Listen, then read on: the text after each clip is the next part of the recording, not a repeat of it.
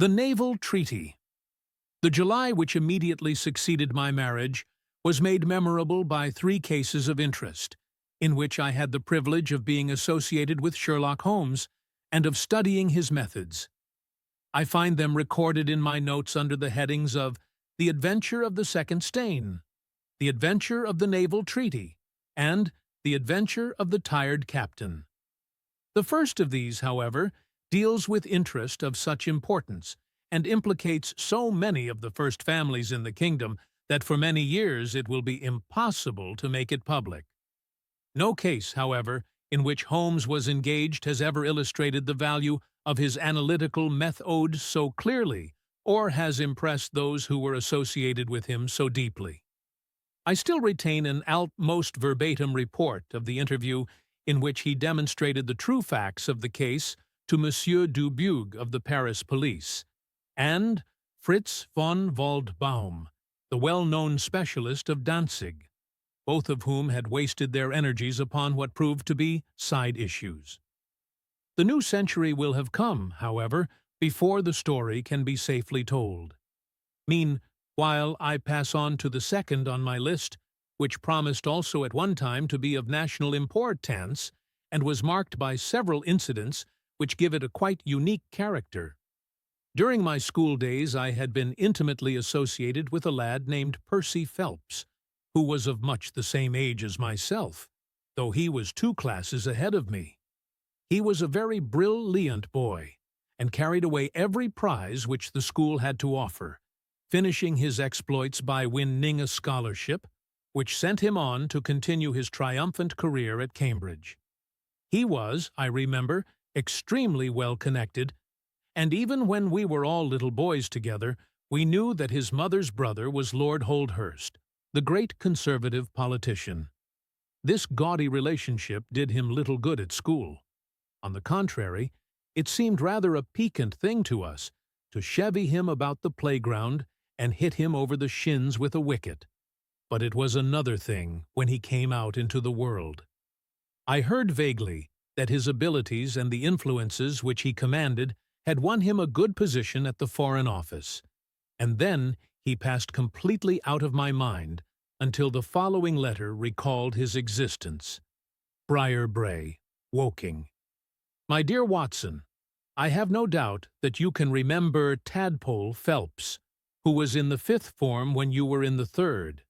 It is possible even that you may have heard that through my uncle's influence I obtained a good appointment at the Foreign Office, and that I was in a situation of trust and honor until a horrible misfortune came suddenly to blast my career. There is no use writing of the details of that dreadful event. In the event of your acceding to my request, it is probable that I shall have to narrate them to you. I have only just recovered from 9 weeks of brain fever, and am still exceedingly weak. Do you think that you could bring your friend Mr. Holmes down to see me? I should like to have his opinion of the case, though the authorities assure me that nothing more can be done. Do try to bring him down, and as soon as possible. Every minute seems an hour while I live in this state of horrible suspense. Assure him that if I have not asked his advice sooner, it was not because I did not appreciate his talents, but because I have been off my head ever since the blow fell. Now I am clear again, though I dare not think of it too much for fear of a relapse. I am still so weak that I have to write, as you see, by dictating. Do try to bring him. Your old schoolfellow, Percy Phelps. There was something that touched me as I read this letter, something pitiable in the reiterated appeals to bring Holmes. So moved was I that even had it been a difficult matter I should have tried it. But of course I knew well that Holmes loved his art, so that he was ever as ready to bring his aid as his client could be to receive it.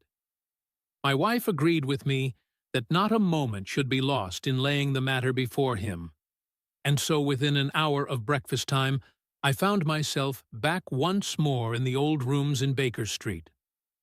Holmes was seated at his side table, clad in his dressing gown, and working hard over a chemical investigation. A large curved retort was boiling furiously in the bluish flame of a Bunsen burner, and the distilled drops were condensing into a 2-liter measure. My friend hardly glanced up as I entered, and I, seeing that his investigation must be of importance, seated myself in an armchair and waited. He dipped into this bottle or that, drawing out a few drops of each with his glass pipette, and finally brought a test tube containing a solution over to the table.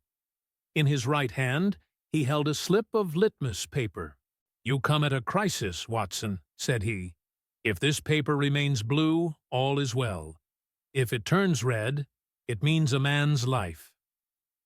He dipped it into the test tube, and it flushed at once into a dull, dirty crimson. I thought as much," he cried. "I will be at your service in an instant, Watson. You will find tobacco in the Persian slipper." He turned to his desk and scribbled off several telegrams, which were handed over to the page boy. Then he threw himself down into the chair opposite, and drew up his knees until his fingers clasped round his long, thin shins. "A very commonplace little murder," said he. "You've got something better, I fancy. You are the stormy petrel of crime, Watson. What is it?" I handed him the letter, which he read with the most concentrated attention. "It does not tell us very much, does it?" he remarked, as he handed it back to me. "Hardly anything. And yet the writing is of interest. But the writing is not his own." "Precisely. It is a woman's." "A man's, surely," I cried. "No, a woman's, and a woman of rare character. You see, at the commencement of an investigation, it is something to know that your client is in close contact with someone who, for good or evil, has an exceptional nature. My interest is already awakened in the case. If you are ready, we will start at once for Woking, and see this diplomatist who is in such evil case, and the lady to whom he dictates his letters." We were fortunate enough to catch an early train at Waterloo, and in a little under an hour we found ourselves among the fir woods and the heather of Woking.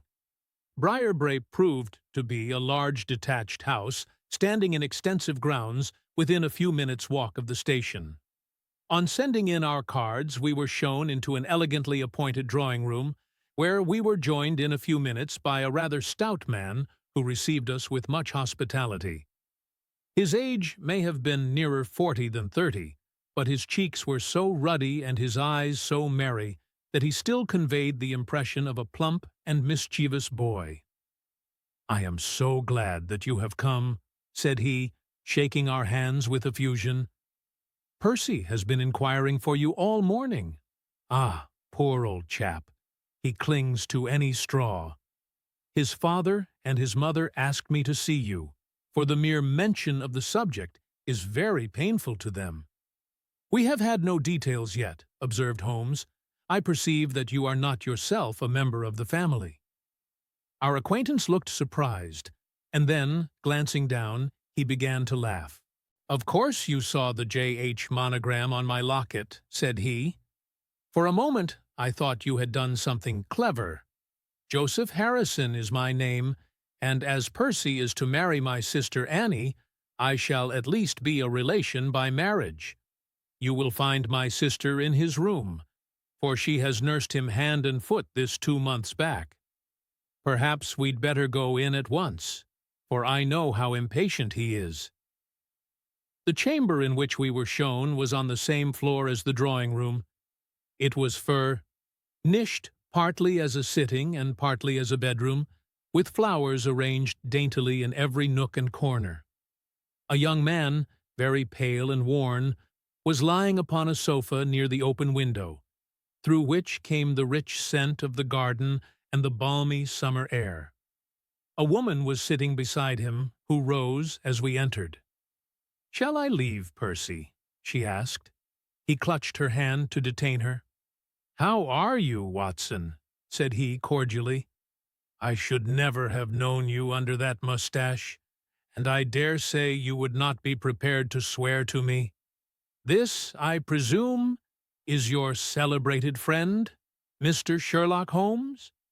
I introduced him in a few words, and we both sat down.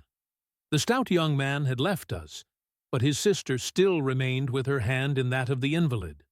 She was a striking-looking woman, a little short and thick for symmetry, but with a beautiful olive complexion, large, dark, Italian eyes, and a wealth of deep black hair. Her rich tints made the white face of her companion the more worn and haggard by the contrast. "I won't waste your time," said he, raising himself upon the sofa. "I'll plunge into the matter without further preamble. I was a happy and successful man, Mr. Holmes, and on the eve of being married, when a sudden and dreadful misfortune wrecked all my prospects in life. I was, as Watson may have told you, in the Foreign Office, and through the influences of my uncle, Lord Holdhurst, I rose rapidly to a responsible position. When my uncle became foreign minister in this administration, he gave me several missions of trust, and as I always brought them to a successful conclusion, he came at last to have the utmost confidence in my ability and tact. Nearly 10 weeks ago, to be more accurate, on the 23rd of May, he called me into his private room, and, after complimenting me on the good work which I had done, he informed me that he had a new commission of trust for me to execute. "This," said he, taking a grey roll of paper from his bureau, "is the original of that secret treaty between England and Italy, of which, I regret to say, some rumours have already got into the public press. It is of enormous importance that nothing further should leak out. The French or the Russian embassy would pay an immense sum to learn the contents of these papers. They should not leave my bureau, were it not that it is absolutely necessary to have them copied." "You have a desk in your office?" "Yes, sir." "Then take the treaty and lock it up there. I shall give directions that you may remain behind when the others go, so that you may copy it at your leisure without fear of being overlooked. When you have finished, relock both the original and the draft in the desk, and hand them over to me personally tomorrow morning." I took the papers and— "Excuse me an instant," said Holmes. "Were you alone during this conversation?" "Absolutely." "In a large room?" 30 feet each way." "In the center?" "Yes, about it." "And speaking low?" My uncle's voice is always remarkably low. I hardly spoke at all. "Thank you," said Holmes, shutting his eyes. "Pray, go on." I did exactly what he indicated, and waited until the other clerks had departed. One of them in my room, Charles Gorot, had some arrears of work to make up, so I left him there and went out to dine. When I returned, he was gone. I was anxious to hurry my work, for I knew that Joseph, the Mr. Harrison, whom you saw just now, was in town, and that he would travel down to Woking by the 11 o'clock train, and I wanted, if possible, to catch it. When I came to examine the treaty, I saw at once that it was of such importance that my uncle had been guilty of no exaggeration in what he had said. Without going into details, I may say that it defined the position of Great Britain towards the Triple Alliance, and foreshadowed the policy which this country would pursue in the event of the French fleet gaining a complete ascendancy over that of Italy in the Mediterranean. The questions treated in it were purely naval. At the end were the signatures of the high dignitaries who had signed it. I glanced my eyes over it, and then settled down to my task of copying. It was a long document, written in the French language, and containing 26 separate articles. I copied as quickly as I could, but at 9 o'clock I had only done 9 articles, and it seemed hopeless for me to attempt to catch my train. I was feeling drowsy and stupid, partly from my dinner and also from the effects of a long day's work. A cup of coffee would clear my brain. A commission. Airy remains all night in a little lodge at the foot of the stairs, and is in the habit of making coffee at his spirit lamp for any of the officials who may be working overtime. I rang the bell, therefore, to summon him. To my surprise, it was a woman who answered the summons, a large, coarse-faced, elderly woman, in an apron. She explained that she was the commissionaire's wife who did the chairing, and I gave her the order for the coffee. I wrote 2 more articles, and then, feeling more drowsy than ever, I rose and walked up and down the room to stretch my legs. My coffee had not yet come, and I wondered what was the cause of the delay could be. Opening the door, I started down the corridor to find out. There was a straight passage, dimly lighted, which led from the room in which I had been working, and was the only exit from it. It ended in a curving staircase, with the commissionaire's lodge in the passage at the bottom. Halfway down this staircase is a small landing, with another passage running into it at right angles. This second one leads by means of a second small stair to a side door, used by servants, and also as a shortcut by clerks when coming from Charles Street. Here is a rough chart of the place. "Thank you. I think that I quite follow you," said Sherlock Holmes. "It is of the utmost importance that you should notice this point." I went down the stairs and into the hall, where I found the commissionaire fast asleep in his box, with the kettle boiling furiously upon the spirit lamp. I took off the kettle and blew out the lamp, for the water was spurting over the floor. Then I put out my hand, and was about to shake the man, who was still sleeping soundly, when a bell over his head rang loudly, and he woke with a start. "Mr. Phelps, sir," said he, looking at me in bewilderment. "I came down to see if my coffee was ready." "I was boiling the kettle when I fell asleep, sir." He looked at me, and then up at the still quivering bell with an ever-growing astonishment upon his face. "If you was here, sir, then who rang the bell?" he asked. "The bell?" I cried.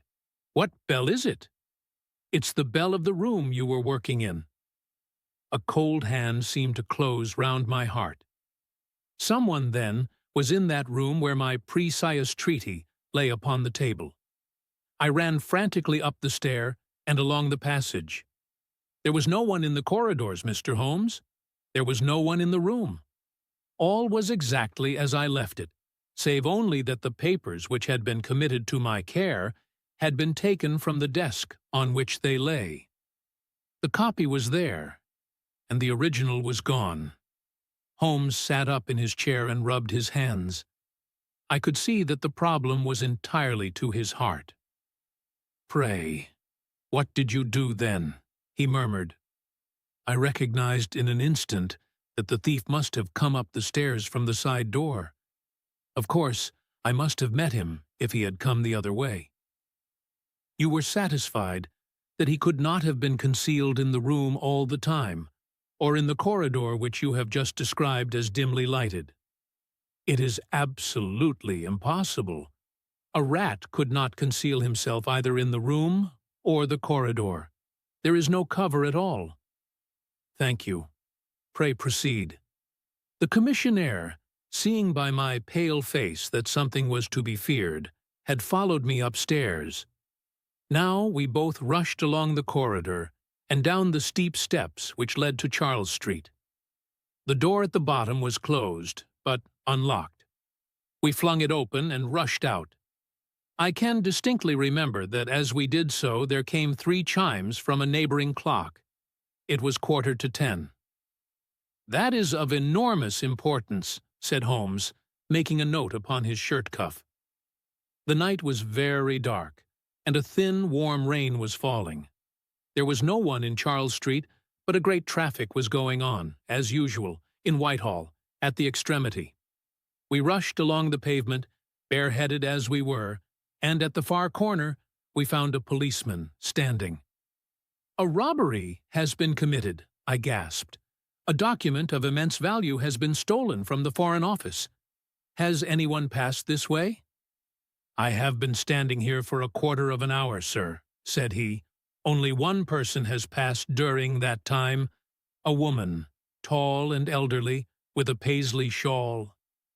"Ah, that is only my wife," cried the commissionaire. Has no one else passed? No one. Then it must be the other way that the thief took, cried the fellow, tugging at my sleeve.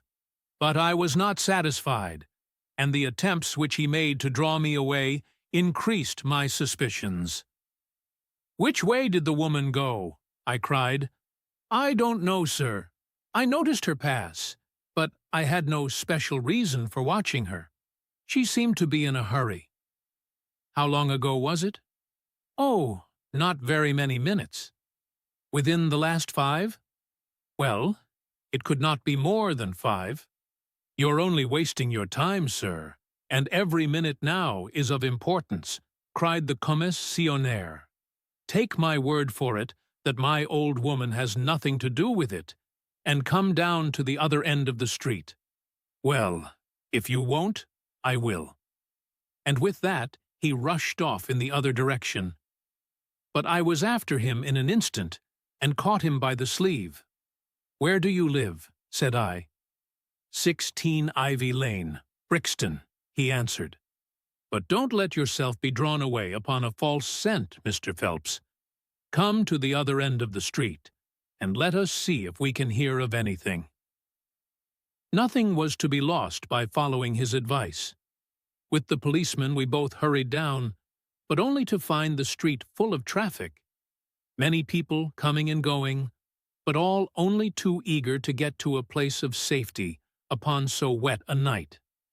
There was no lounger who could tell us who had passed. Then we returned to the office and searched the stairs and the passage without result.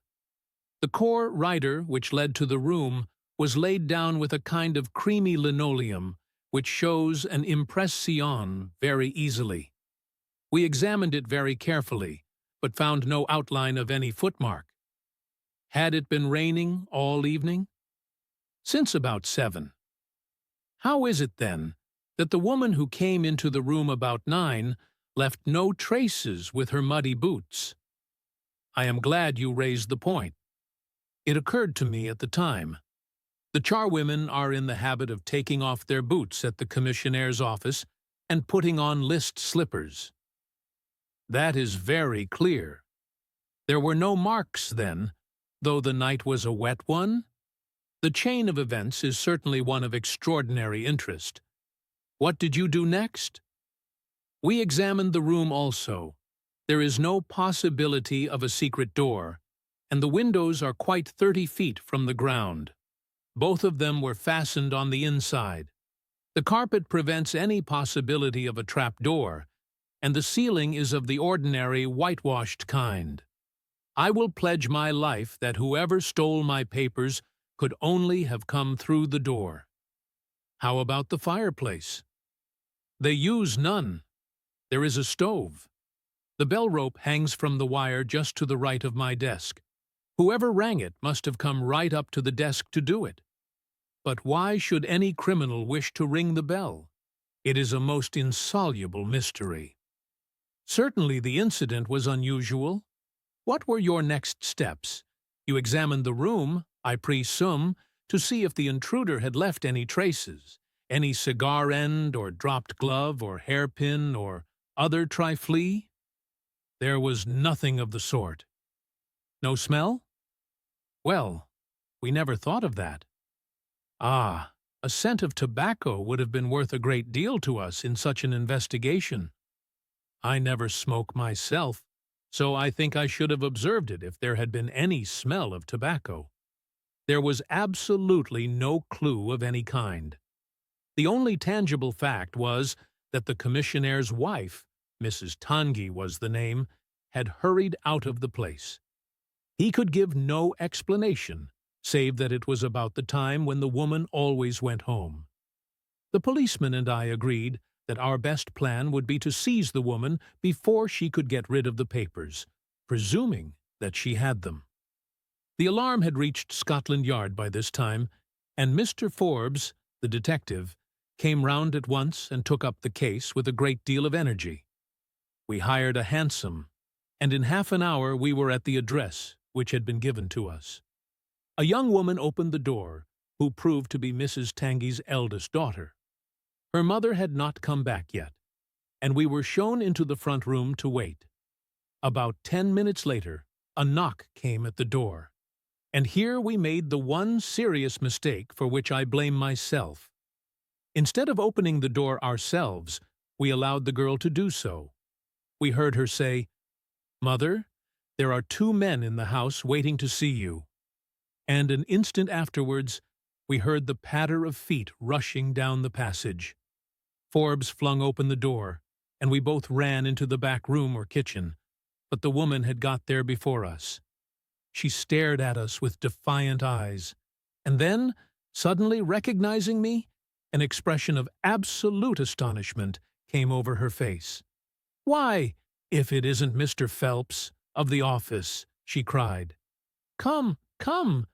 Who did you think we were when you ran away from us?" asked my companion. "I thought you were the brokers," said she.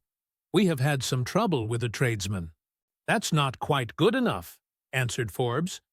"We have reason to believe that you have taken a paper of importance from the Foreign Office and that you ran in here to dispose of it. You must come back with us to Scotland Yard to be searched." It was in vain that she protested and resisted. A 4-wheeler was brought, and we all 3 drove back in it. We had first made an examination of the kitchen, and especially of the kitchen fire, to see whether she might have made away with the papers during the instant that she was alone. There were no signs, however, of any ashes or scraps. When we reached Scotland Yard, she was handed over at once to the female searcher. I waited in an agony of suspense until she came back with her report. There were no signs of the papers. Then, for the first time, the horror of my situation came in its full force. Hitherto I had been acting, and action had numbed thought. I had been so confident of regaining the treaty at once that I had not dared to think of what would be the consequence if I failed to do so. But now there was nothing more to be done, and I had leisure to realise my position. It was horrible. Watson there would tell you that I was a nervous, sensitive boy at school. It is my nature. I thought of my uncle and of his colleagues in the cabinet, of the shame which I had brought upon him, upon myself, upon everyone connected with me. What though I was the victim of an extraordinary accident? No allowance is made for accidents where diplomatic interests are at stake. I was ruined, shamefully, hopelessly ruined. I don't know what I did. I fancy I must have made a scene. I have a dim recollection of a group of officials who crowded round me, endeavouring to soothe me. One of them drove down with me to Waterloo and saw me into the Woking train. I believe that he would have come all the way had it not been that Dr. Ferrier, who lives near me, was going down by that very train. The doctor most kindly took charge of me, and it was well he did so, for I had a fit in the station, and before we reached home I was practically a raving maniac. You can imagine the state of things here when they were roused from their beds by the doctor's ringing and found me in this condition. Poor Annie here and my mother were broken-hearted. Dr. Ferrier had just heard enough from the detective at the station to be able to give an idea of what had happened, and his story did not mend matters. It was evident to all that I was in for a long illness, so Joseph was bundled out of this cheery bedroom, and it was turned into a sick room for me. Here I have lain, Mr. Holmes, for over 9 weeks, unconscious and raving with brain fever. If it had not been for Miss Harrison here, and for the doctor's care, I should not be speaking to you now. She has nursed me by day, and a hired nurse has looked after me by night, for in my mad fits I was capable of anything. Slowly my reason has cleared, but it is only during the last 3 days that my memory has quite returned. Sometimes I wish that it never had. The first thing that I did was to wire to Mr. Forbes, who had the case in hand. He came out and assures me that, though everything has been done, No trace of a clue has been discovered. The commissionaire and his wife have been examined in every way without any light being thrown upon the matter. The suspicions of the police then rested upon young Gorot, who, as you may remember, stayed over time in the office that night. His remaining behind and his French name were really the only 2 points which could suggest suspicion. But, as a matter of fact, I did not begin work until he had gone, and his people are of Huguenot extraction, but as English in sympathy and tradition as you and I are. Nothing was found to implicate him in any way, and there the matter dropped. I turn to you, Mr. Holmes, as absolutely my last hope. If you fail me, then my honor as well as my position are forever forfeited. The invalid sank back upon his cushions, tired out by this long recital, while his nurse poured him out a glass of some stimulating medicine. Holmes sat silently, with his head thrown back and his eyes closed, in an attitude which might seem listless to a stranger, but which I knew betokened the most intense self-absorption. "Your statement has been so explicit," said he at last, "that you have really left me very few questions to ask. There is one of the very utmost importance, however. Did you tell anyone that you had this special task to perform?" "No one." "Not Miss Harrison here, for example?" Number Y had not been back to Woking between getting the order and executing the commission. "And none of your people had by chance been to see you?" "None." "Did any of them know their way about in the office?" "Oh, yes. All of them had been shown over it. Still, of course, if you said nothing to anyone about the treaty, these inquiries are irrelevant." "I said nothing." "Do you know anything of the commissionaire?" "Nothing except that he is an old soldier." "What regiment?" "Oh, I have heard. Coldstream Guards." "Thank you. I have no doubt I can get details from Forbes. The authorities are excellent at amassing facts, though they do not always use them to advantage. What a lovely thing a rose is." He walked past the couch to the open window and held up the drooping stalk of a moss rose, looking down at the dainty blend of crimson and green. It was a new phase of his character to me, for I had never before seen him show any keen interest in natural objects. "There is nothing in which deduction is so necessary as in religion," said he, leaning with his back against the shutters. "It can be built up as an exact science by the reasoner. Our highest assurance of the goodness of Providence seems to me to rest in the flowers. All other things, our powers, our desires, our food, are all really necessary for our existence in the first instance. But this rose is an extra. Its smell and its color are an embellishment of life, not a condition of it. It is only goodness which gives extras, and so I say again that we have much to hope from the flowers." Percy Phelps and his nurse looked at Holmes during this demonstration with surprise and a good deal of disappointment written upon their faces. He had fallen into a reverie, with the moss rose between his fingers. It had lasted some minutes before the young lady broke in upon it. "Do you see any prospect of solving this mystery, Mr. Holmes?" she asked, with a touch of asperity in her voice. "Oh, the mystery," he answered, coming back with a start to the realities of life. "Well, it would be absurd to deny that the case is a very abstruse and complicated one, but I can promise you that I will look into the matter and let you know any points which may strike me. Do you see any clue? You have furnished me with 7, but, of course, I must test them before I can pronounce upon their value." "You suspect someone?" "I suspect myself." "What?" "Of coming to conclusions too rapidly." "Then go to London and test your conclusions." "Your advice is very excellent, Miss Harrison," said Holmes, rising. "I think, Watson, we cannot do better. Do not allow yourself to indulge in false hopes, Mr. Phelps. The affair is a very tangled one. I shall be in a fever until I see you again, cried the diplomatist. Well, I'll come out by the same train tomorrow, though it's more than likely that my report will be a negative one. God bless you for promising to come, cried our client.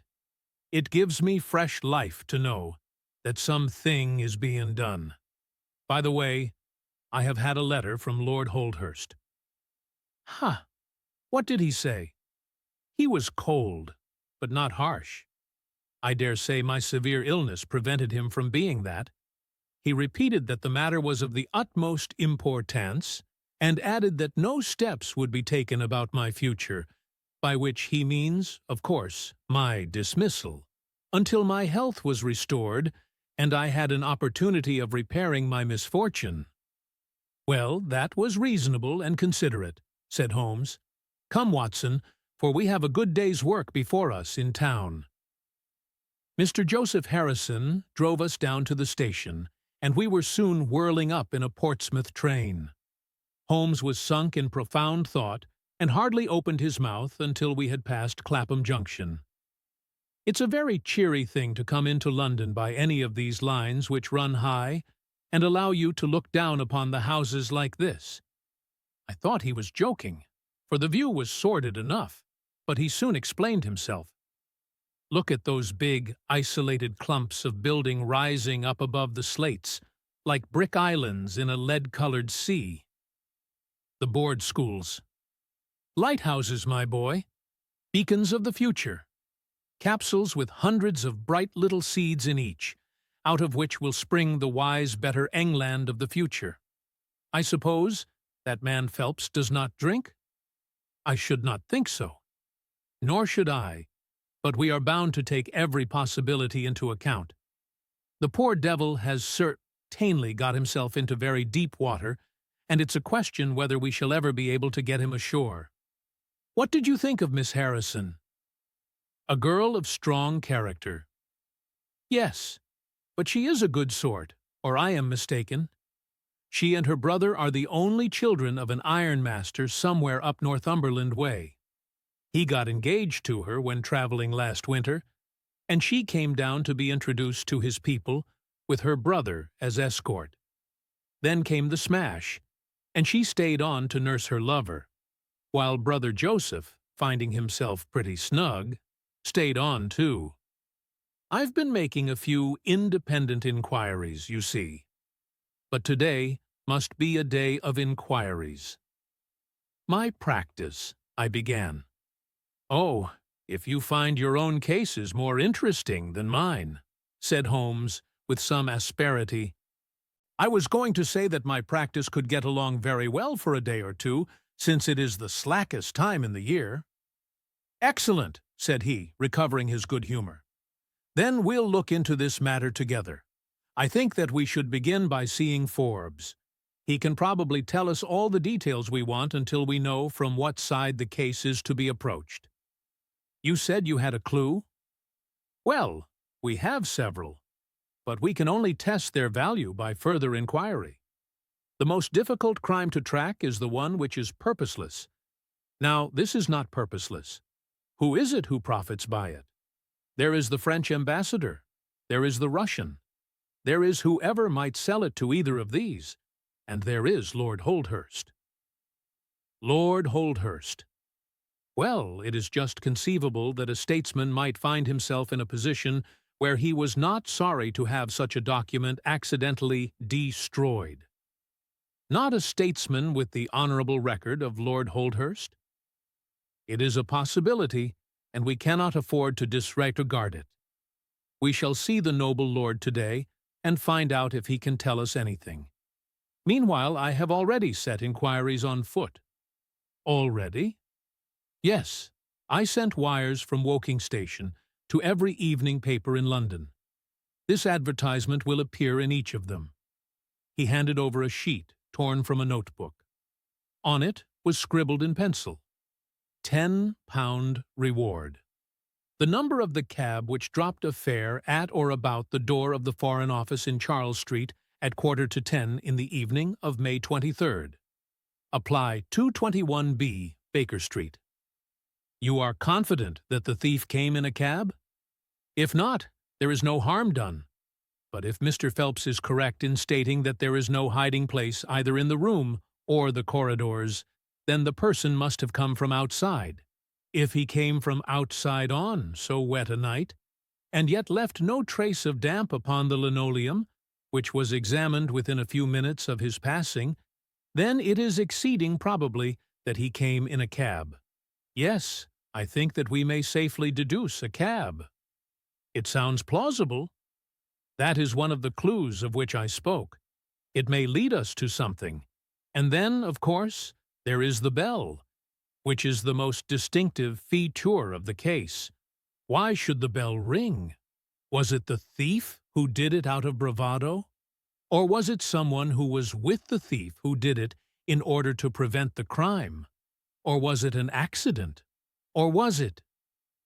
He sank back into the state of intense and silent thought from which he had emerged. But it seemed to me, accustomed as I was to his every mood, that some new possibility had dawned suddenly upon him. It was 3:20 when we reached our terminus, and after a hasty luncheon at the buffet, we pushed on at once to Scotland Yard. Holmes had already wired to Forbes, and we found him waiting to receive us, a small, foxy man with a sharp but by no means amiable expression. He was decidedly frigid in his manner to us, especially when he heard the errand upon which we had come. "I've heard of your methods before now, Mr. Holmes," said he tartly. "You are ready enough to use all the information that the police can lay at your disposal, and then you try to finish the case yourself and bring discredit on them." "On the contrary," said Holmes, "out of my last 53 cases, my name has only appeared in 4, and the police have had all the credit in 49. I don't blame you for not knowing this, for you are young and inexperienced, but if you wish to get on in your new duties, you will work with me and not against me." "I'd be very glad of a hint or two," said the detective, changing his manner. "I've certainly had no credit from the case so far." "What steps have you taken?" "Tangier, the commissionaire, has been shadowed. He left the guards with a good character, and we can find nothing against him. His wife is a bad lot, though. I fancy she knows more about this than appears." "Have you shadowed her?" "We have set one of our women on to her. Mrs. Tangy drinks, and our woman has been with her twice when she was well on. But she could get nothing out of her." "I understand that they have had brokers in the house?" "Yes, but they were paid off." "Where did the money come from?" "That was all right. His pension was due. They have not shown any sign of being in funds." "What explanation did she give of having sweared the bell when Mr. Phelps rang for the coffee?" "She said that husband was very tired and she wished to relieve him." "Well, certainly that would agree with his being found a little later asleep in his chair. There is nothing against them then, but the woman's character. Did you ask her why she hurried away that night? Her haste attracted the attention of the police constable. She was later than usual and wanted to get home. Did you point out to her that you and Mr. Phelps, who started at least 20 minutes after he, got home before her?" "She explains that by the difference between a bus and a hansom." "Did she make it clear why, on reaching her house, she ran into the back kitchen?" "Because she had the money there with which to pay off the brokers."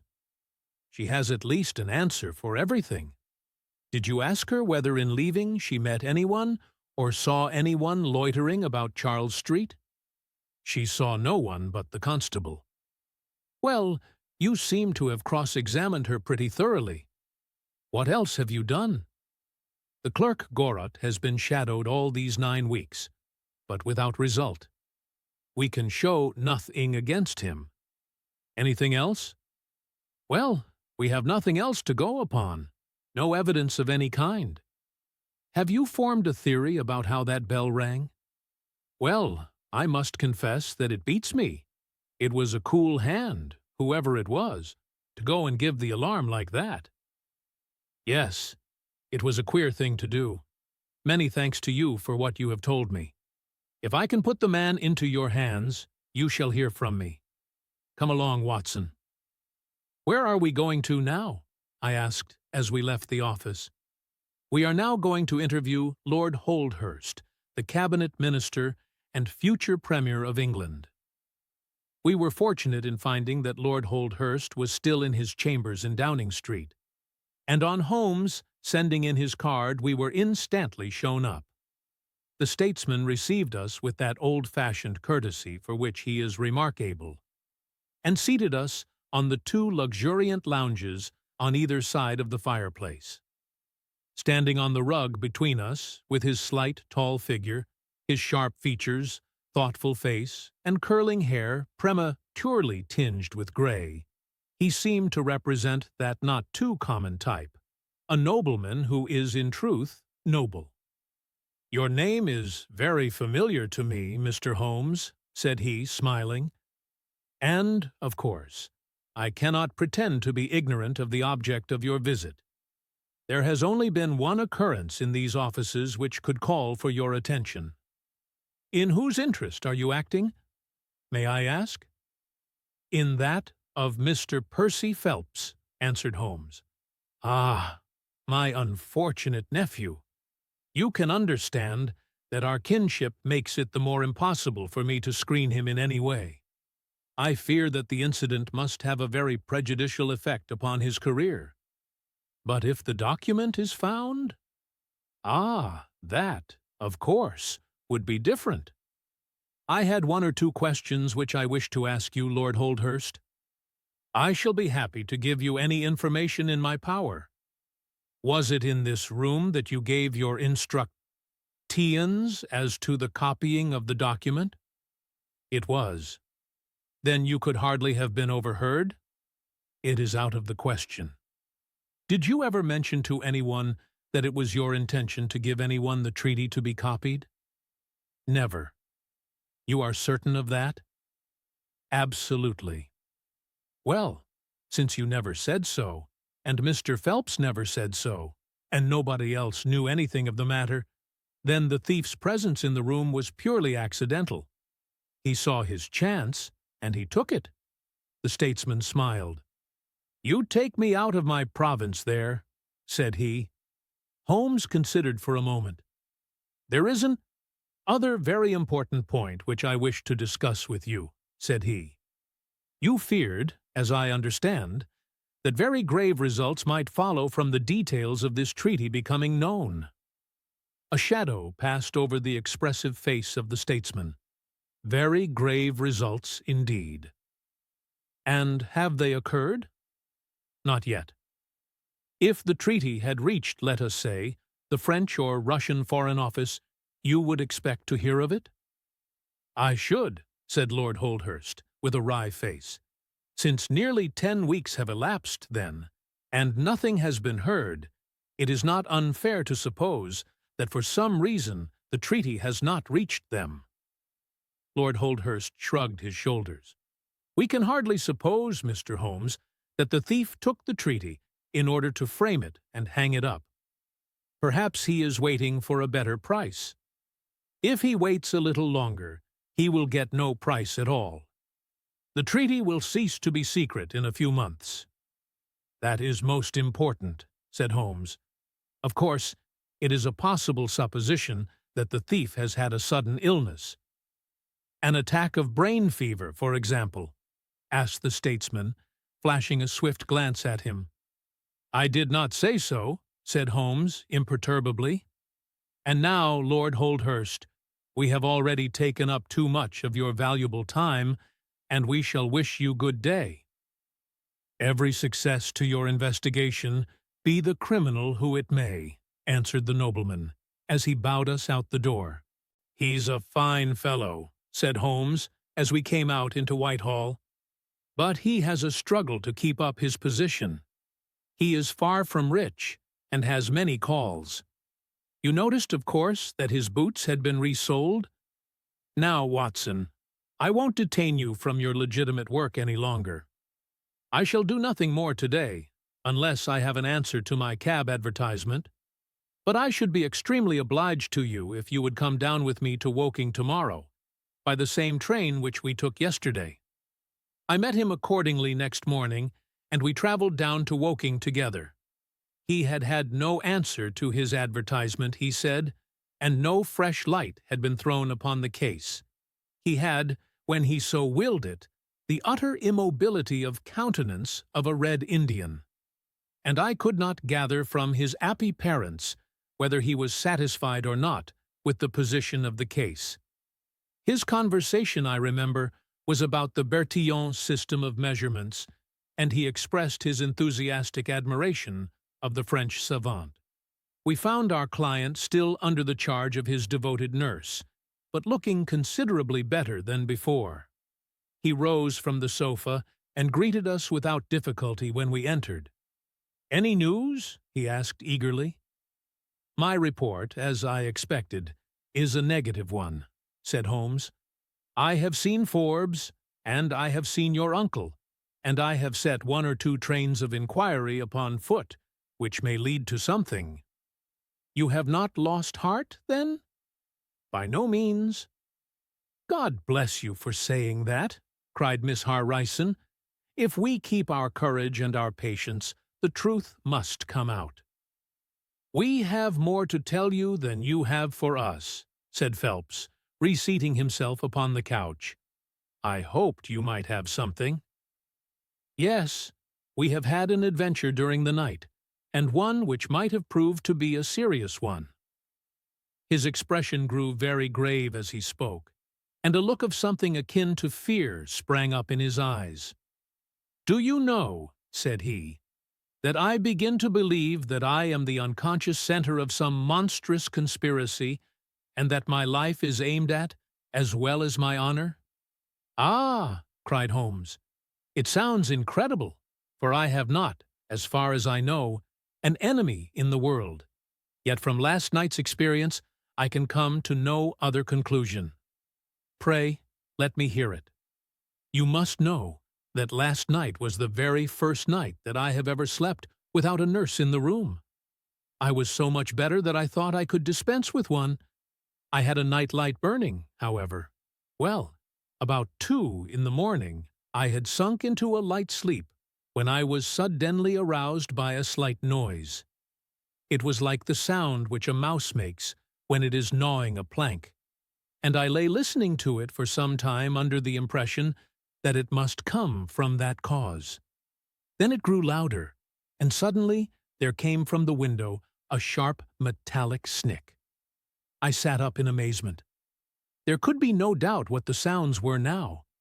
The first ones had been caused by someone forcing an instrument through the slit between the sashes, and the second by the catch being pressed back. There was a pause then for about 10 minutes, as if the person were waiting to see whether the noise had awakened me.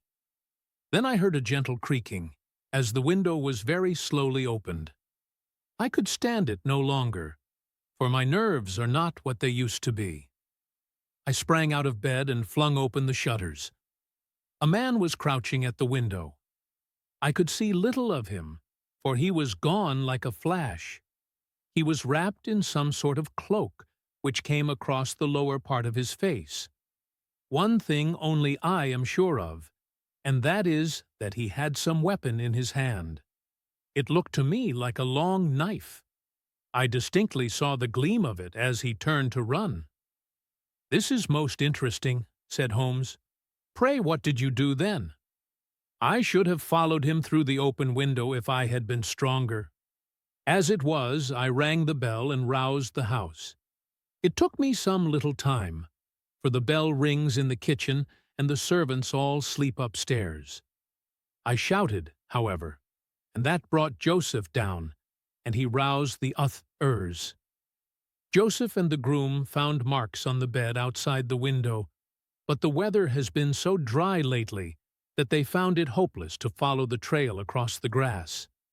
There's a place, however, on the wooden fence which skirts the road which shows signs, they tell me, as if someone had got over, and had snapped the top of the rail in doing so. I have said nothing to the local police yet, for I thought I had best have your opinion first. This tale of our client's appeared to have an extraordinary effect upon Sherlock Holmes. He rose from his chair and paced about the room in uncontrollable excitement. "Misfortunes never come single," said Phelps, smiling, though it was evident that his adventure had somewhat shaken him. "You have certainly had your share," said Holmes. "Do you think you could walk round the house with me?" "Oh, yes, I should like a little sunshine. Joseph will come too." "And I also," said Miss Harrison. "I am afraid not," said Holmes, shaking his head. "I think I must ask you to remain sitting exactly where you are." The young lady resumed her seat with an air of displeasure. Her brother, however, had joined us, and we set off all four together. We passed round the lawn to the outside of the young diplomatist's window.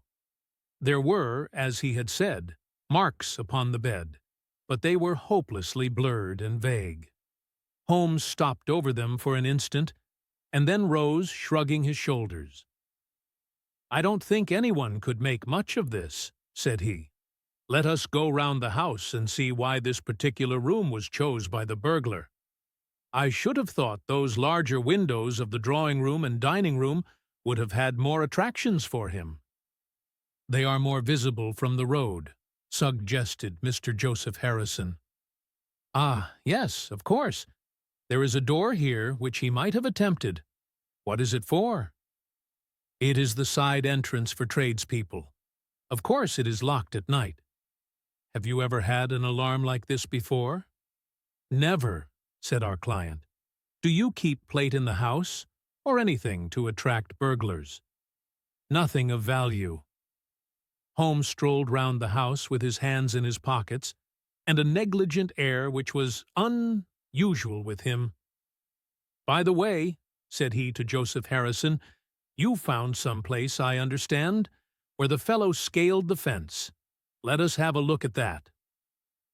The plump young man led us to a spot where the top of one of the wooden rails had been cracked. A small fragment of the wood was hanging down. Holmes pulled it off and examined it critically.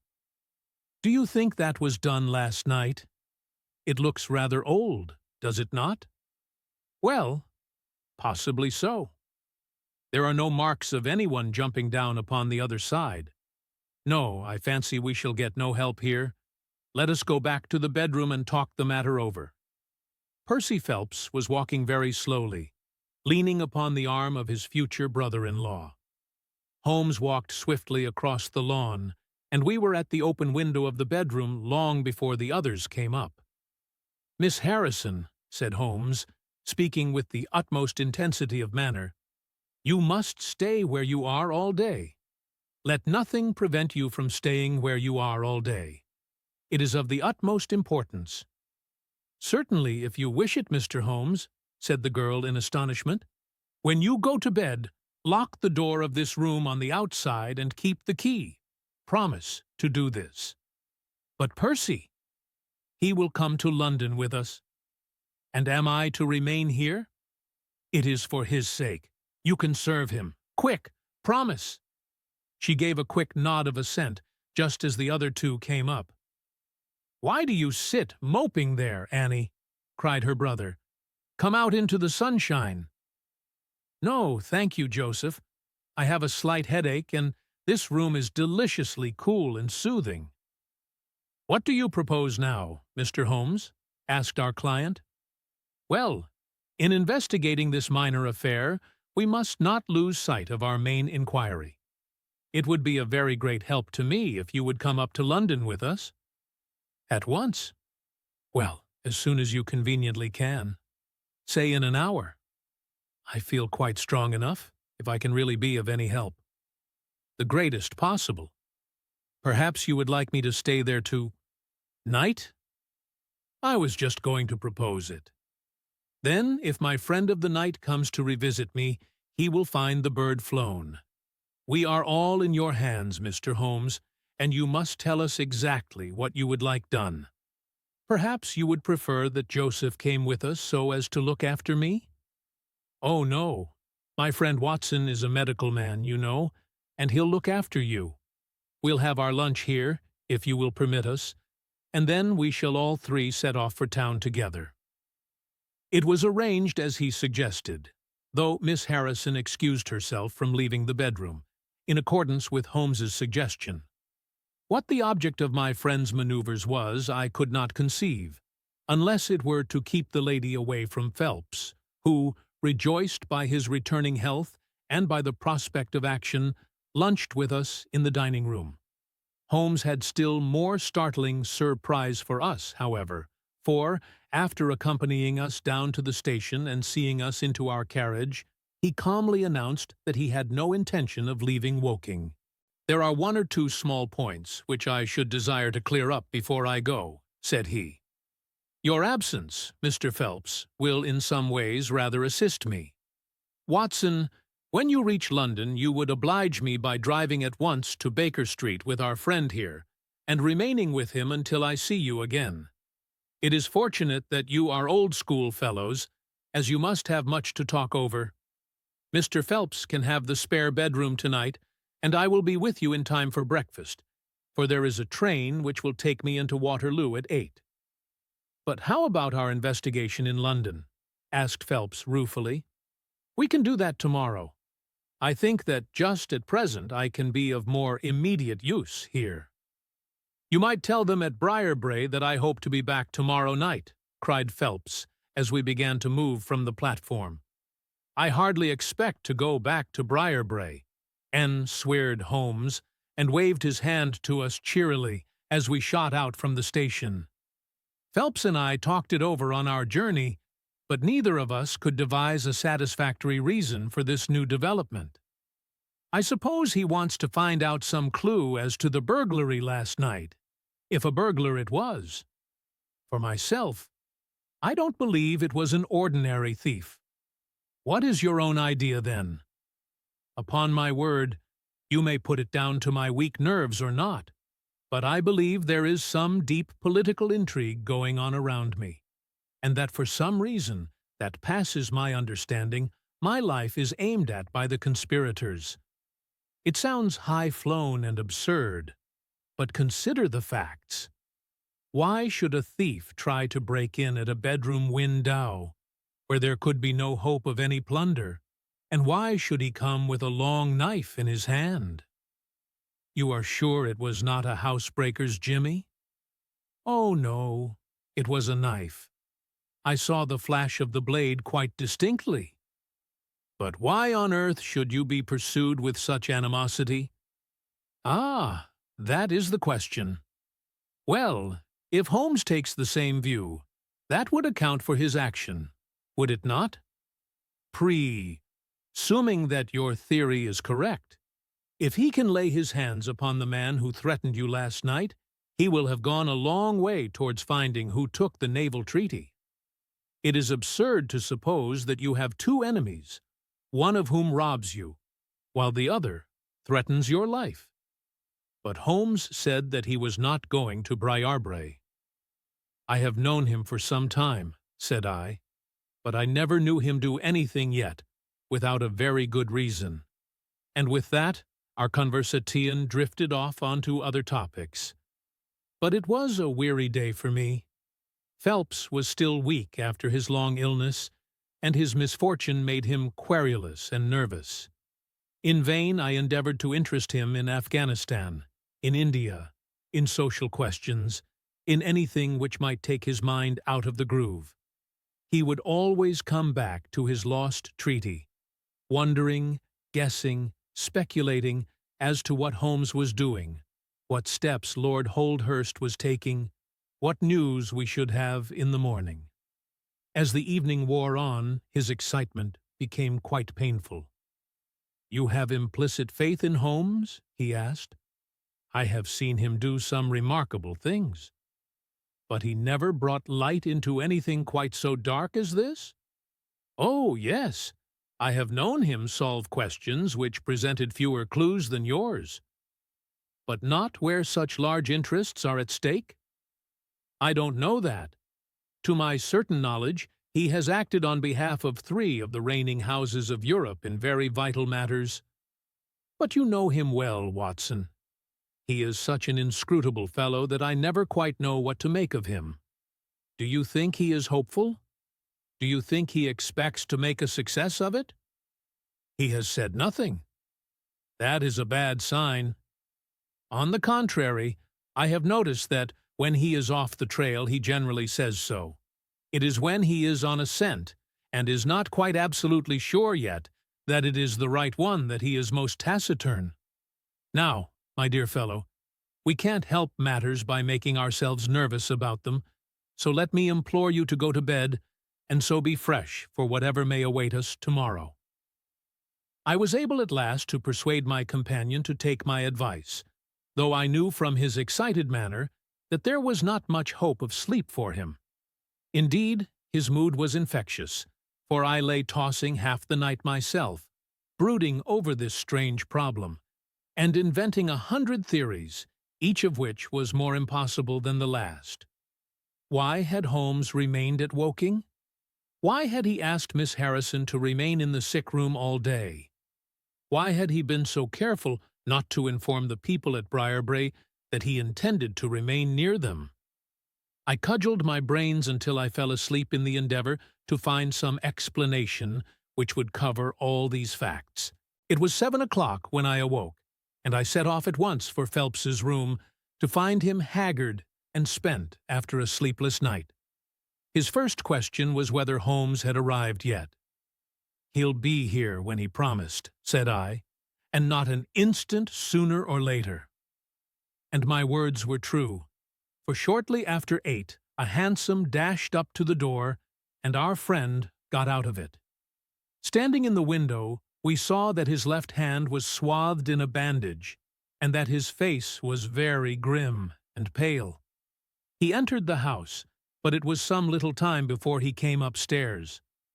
"He looks like a beaten man," cried Phelps. I was forced to confess that he was right. "After all," said I, "the clue of the matter lies probably here in town." Phelps gave a groan. "I don't know how it is," said he, "but I had hoped for so much from his return. But surely his hand was not tied up like that yesterday.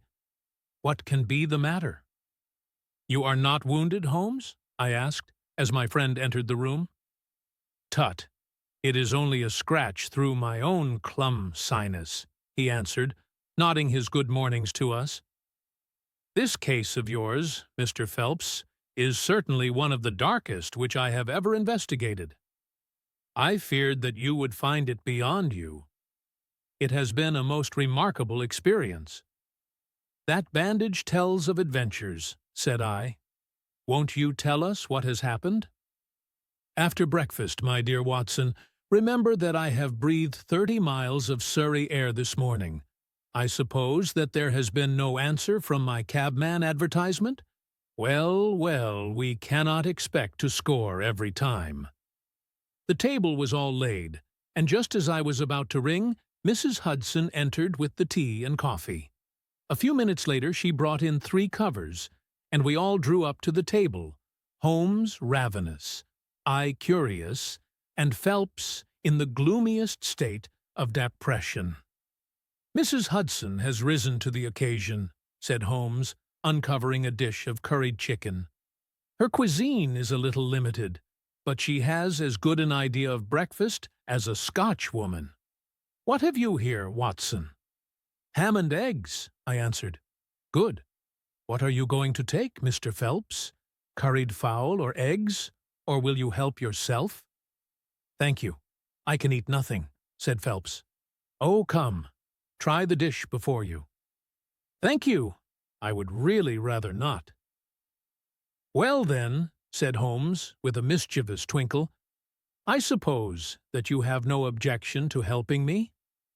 Phelps raised the cover, and as he did so, he uttered a scream, and sat there staring with a face as white as the plate upon which he looked. Across the center of it was lying a little cylinder of blue-gray paper. He caught it up, devoured it with his eyes, and then danced madly about the room, passing it to his bosom and shrieking out in his delight. Then he fell back into an armchair so limp and exhausted with his own emotions that we had to pour brandy down his throat to keep him from fainting. "There, there," said Holmes, soothing, patting him upon the shoulder. "It was too bad to spring it on you like this, but Watson here will tell you that I never can resist a touch of the dramatic." Phelps seized his hand and kissed it. "God bless you," he cried. "You have saved my honor." "Well, my own was at stake, you know," said Holmes. "I assure you it is just as hateful to me to fail in a case as it can be to you to blunder over a commission." Phelps thrust away the precious document into the innermost pocket of his coat. "I have not the heart to interrupt your breakfast any further, and yet I am dying to know how you got it and where it was." Sherlock Holmes swallowed a cup of coffee and turned his attention to the ham and eggs. Then he rose, lit his pipe, and settled himself down into his chair. "I'll tell you what I did first, and how I came to do it afterwards," said he. "After leaving you at the station, I went for a charming walk through some admirable Surrey scenery to a pretty little village called Ripley, where I had my tea at an inn, and took the precaution of filling my flask and of putting a paper of sandwiches in my pocket. There I remained until evening, when I set off for Woking again, and found myself in the high road outside Briarbrae just after sunset. Well, I waited until the road was clear. It is never a very frequented one at any time, I fancy. And then I clambered over the fence into the grounds. "Surely the gate was open," ejaculated Phelps. "Yes, but I have a peculiar taste in these matters. I chose the place where the 3 fir trees stand, and behind their screen I got over without the least chance of anyone in the house being able to see me. I crouched down among the bushes on the other side and crawled from one to the other. Witness the disreputable state of my trouser knees, until I had reached the clump of rhododendrons just opposite to your bedroom window. There I squatted down and awaited developments. The blind was not down in your room, and I could see Miss Harrison sitting there reading by the table. It was 10:15 when she closed her book, fastened the shutters, and retired. I heard her shut the door, and felt quite sure that she had turned the key in the lock." "The key!" ejaculated Phelps. "Yes, I had given Miss Harrison instructions to lock the door on the outside and take the key with her when she went to bed. She carried out every one of my injunctions to the letter, and certainly without her cooperation you would not have that paper in your coat pocket. She departed then, and the lights went out, and I was left squatting in the rhododendron bush. The night was fine, but still it was a very weary vigil. Of course, it has the sort of excitement about it that the sportsman feels when he lies beside the watercourse and waits for the big game. It was very long, though, almost as long, Watson, as when you and I waited in that deadly room when we looked into the little problem of the speckled band. There was a church clock down at Woking which struck the quarters, and I thought more than once that it had stopped. At last, however, about 2 in the morning, I suddenly heard the gentle sound of a bolt being pushed back, and the creaking of a key. A moment later the servant's door was opened, and Mr. Joseph Harrison stepped out into the moonlight. "Joseph!" ejaculated Phelps. He was bareheaded, but he had a black coat thrown over his shoulder so that he could conceal his face in an instant if there were any alarm. He walked on tiptoe under the shadow of the wall, and when he reached the window, he worked a long-bladed knife through the sash and pushed back the catch. Then he flung open the window, and putting his knife through the crack in the shutters, he thrust the bar up and swung them open. From where I lay, I had a perfect view of the inside of the room and of every one of his movements. He lit the 2 candles which stood upon the mantelpiece and then he proceeded to turn back the corner of the carpet in the neighborhood of the door. Presently he stopped and picked out a square piece of board, such as is usually left to enable plumbers to get at the joints of the gas pipes. This one covered, as a matter of fact, the T-joint which gives off the pipe which supplies the kitchen underneath. Out of this hiding place he drew that little cylinder of paper, pushed down the board, rearranged the carpet, blew out the candles, and walked straight into my arms as I stood waiting for him outside the window. Well, he has rather more viciousness than I gave him credit for, has Master Joseph.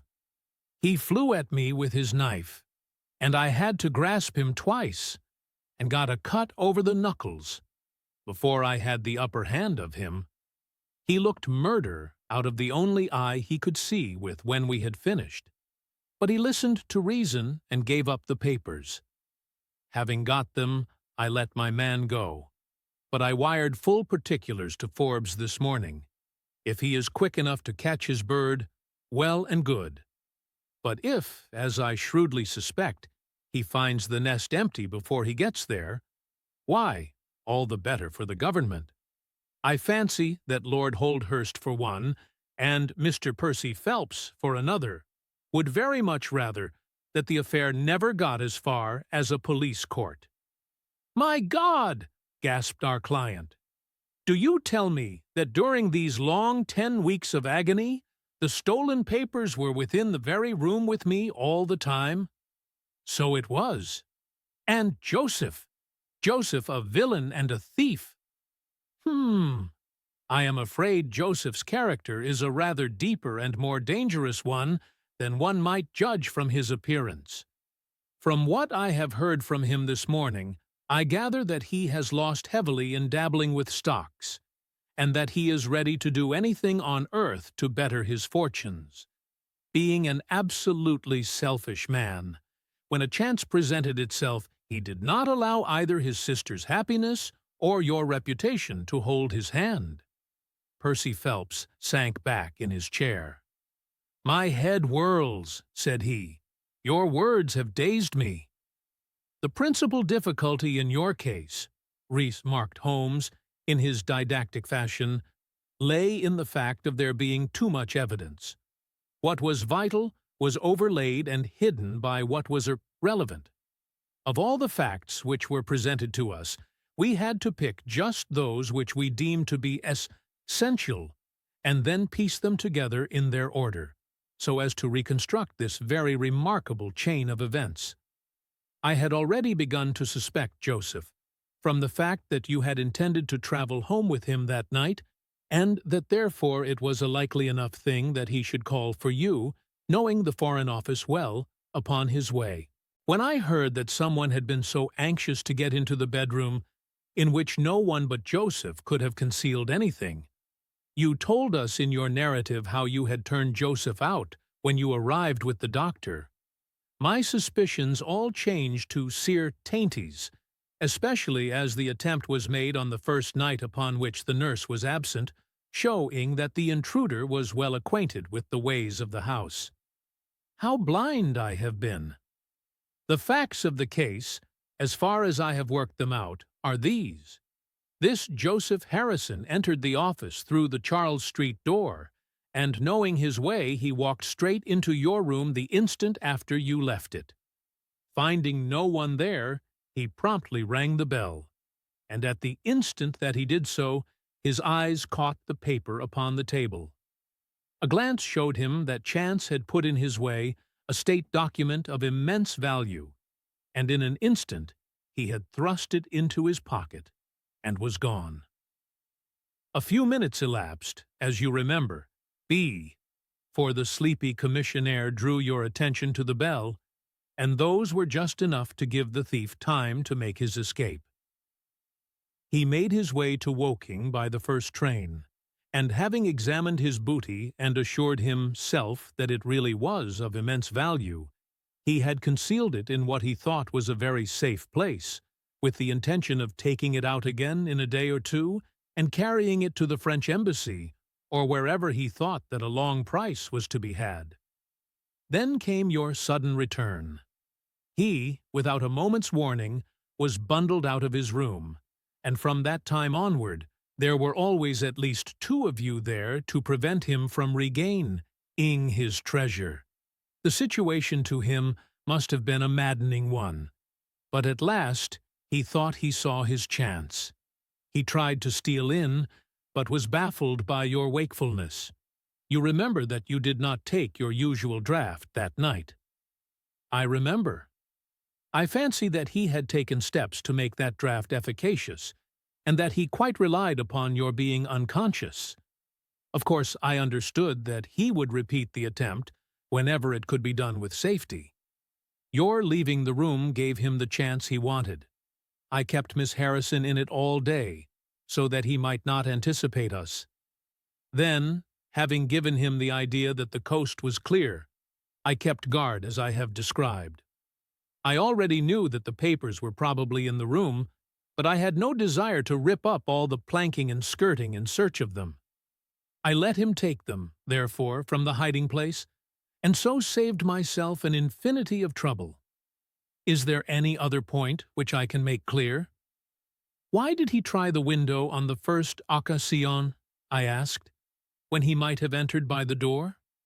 In reaching the door, he would have to pass 7 bedrooms. On the other hand, he could get out onto the lawn with ease.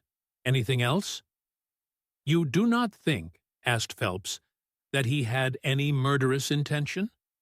The knife was only meant as a tool. It may be so, answered Holmes, shrugging his shoulders. I can only say for certain that Mr. Joseph Harrison is a gentleman to whose mercy I should be extremely unwilling to trust.